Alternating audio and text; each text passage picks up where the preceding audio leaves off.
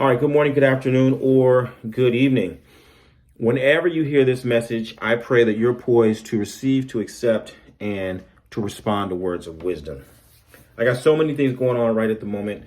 I don't know what to do with myself. It's all good, but both hands are full.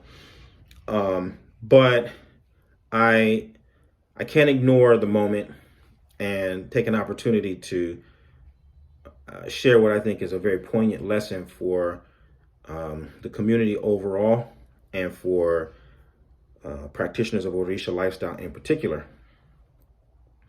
You got Kanye, you got Nick Cannon, and you got Whoopi Goldberg, all within this last 12 months, who have not been skewered, but they've been tapped. And we'll see what will be the outcome of Kanye's most recent antics. But if it's anything like Whoopi and Nick, he's going to have to start backpedaling in the not too distant future.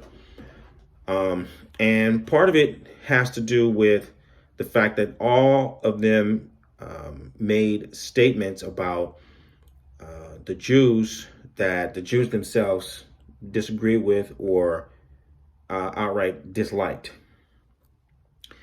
And my response to that is that these people are all just misguided because they're operating on ideas. Okay, they're operating on ideas. They're not operating on the hard reality of who is who and who has been who. Okay. Now I know that a lot of people want us to be the Hebrews, and a lot of people want us to be the Native Americans, and all kinds of stuff, and you're entitled to your ideas and your opinion, but that's not rooted in power. Those are ideas, those are concepts. They're not rooted in power. And every time you make one of these statements based on your ideas, you get the rude awakening, because you run up against actual power. Power is based on systems, okay? And systems generate power. They sustain power. They increase power. If you don't have power, then you don't go poking a bear. Okay. Now, to bring it all the way home, though, to understand what the basis of the power is and what the driving motivation of the power is, right at the moment, Kanye is also in trouble with the family of George Floyd, because Kanye made statements about George Floyd's death that George Floyd's family strongly disagrees with. And for good reason. We all saw the video, or most of us saw the video. I saw the video. And George Floyd's family, this is his blood family, his brother, his children, his mother, his cousins, his aunts, his uncle, the people who know George Floyd, who are related to George Floyd, are responding to say that we do not tolerate what you're saying, and we're going to punish you.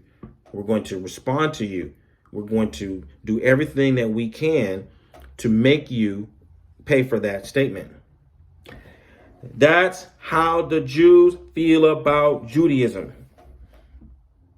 The same way the George family feels about George Floyd's reputation, his identity, what people say about him. That's how these people feel about their religion, because it's not an idea to them. It's not a concept to them. Likewise, Orisha lifestyle is not a concept. It's not an idea. It's not an alternate space where you get to finally be free and express yourself and do the things that you always wanted to do and encompass all of the things that you felt were possible just because that's how you feel. That's not the reality of Orisha lifestyle. You're talking about actual people, actual lineages, actual bloodlines. The Yoruba people are real people. We are actual descendants of Yoruba people. You gotta understand that this is not abstract. You gotta carry yourself in such a way that is respectful of the fact that these are things that can be traced and quantified in tangible ways. And some people are close to that material evidence of who they are and where they come from, and they're not going to allow you to just say and do whatever you feel like doing. Now, based on that fact, you also, because everybody comes from somewhere, right? But if you're African American, you have a special kind of job to find out where exactly do you come from? Who are your actual people? What is your actual bloodline? What is your actual ancestral inheritance? Right? And act accordingly. Even if you don't figure it out, even if you don't get all the tangible evidence, when you look at something that is ancestral, you honor it and you respect it as something that you cherish just as much as you cherish, your relationship to your sibling, your relationship to your mother, your relationship to your father, your aunts, your uncles, your grandparents. And in the same way that you wouldn't allow somebody to just go out and misrepresent your family name, you respect the fact that other people are not going to accept that either. And so it's a real powerful moment for us as devotees and practitioners. If you're not clear about what you're doing and who you're doing it with, this is an opportunity for you to get a little bit more clear and understand it's not a game. It isn't conceptual and it isn't abstract. It's not open to, free interpretation. Okay?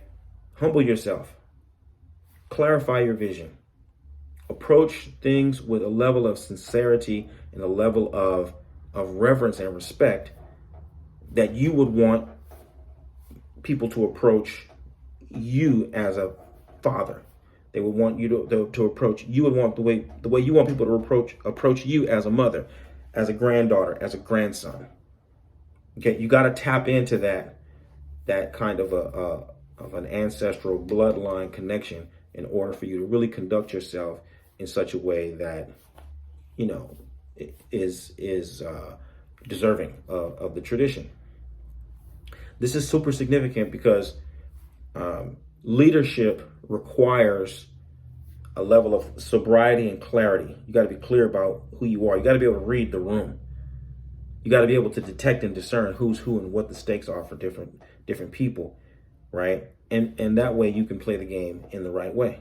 You can play the game according to the actual rules and not according to your ideas and your concepts. And because I'm looking for leaders, this is an important lesson that I want to impart to you.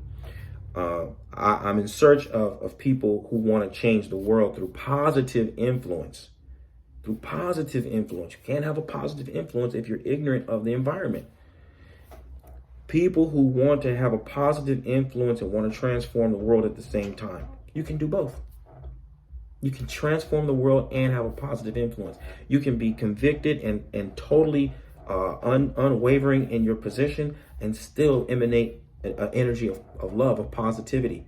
But you need to do what you need to do. But you need to follow the rules. And those are the people that I'm looking for. If you're one of those people, if this makes sense to you, then I want you to join the Orisha Lifestyle Academy. I want you to join forces with us. I want you to help us to bring about the good condition for ourselves and for the people who we're destined to serve. Please visit me at obafemio.com or orishalifestyle.com and let's start living the medicine that will heal your life and heal the lives of those who you are destined to serve. Bye for now. I look forward to working with you.